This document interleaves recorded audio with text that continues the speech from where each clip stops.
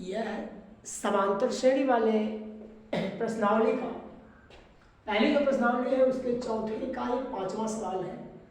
और इसमें आपको ये देखना है कि ये जो दिया गया है, जैसे हमको श्रेणी एक ठो दे दी गई है, उसके पद है 3, 3 धन करणी में 2, 3 धन 2 करणी में 2, 3 धन 3 करणी में 3, ऐसे ये एपी दी गई है। तो हमको ये दो बातें इसमें ज्ञात करनी है।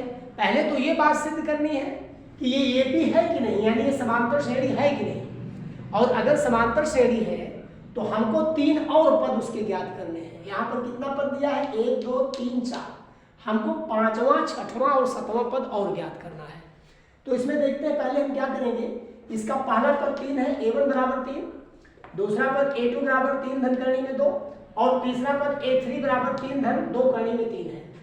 तो हम पहले दो पदों के बीच का सार अंतर निकालेंगे d1। d1 बराबर दूसरा पद ऋण पहला पद, यानी 3 धन 2 करणी में 2 -3। इसको हल करेंगे, देखिए 3 धन 2 करणी में 2, नहीं 3 धन करणी में 2 ऋण 3, ये धन 3 और ऋण 3 दोनों कट जाएगा, आपका बचेगा करणी में 2। यानी पहला जो सार्वंतर निकला है ये करणी में 2 होगा। अब दूसरा सार्वंतर निकालते हैं d2, इसको कहते हैं, ये तीसरे पद और दूसरे पद के बीच में होगा, यानी तीसरा पद ऋण दूसरा पद, यानी तीसरा पद आपका है 3 धन 2 करणी में 2 ऋण दूसरा पद है 3 धन करणी में 2। ये कोष्टक खोलेंगे हम तो ये चिन्ह बदल जाएगा, ये जो प्लस है ये माइनस हो जाएगा। 3 धन 2 करणी में 2 -3 माइनस करणी में 2। अब यहाँ पर देखिए +3 -3 एक कटेगा, और 2 करणी में 2 में से 1 करणी में 2 घटेगा तो 1 करणी में 2 आ जाएगा। यानी हमने इस श्रेणी के दो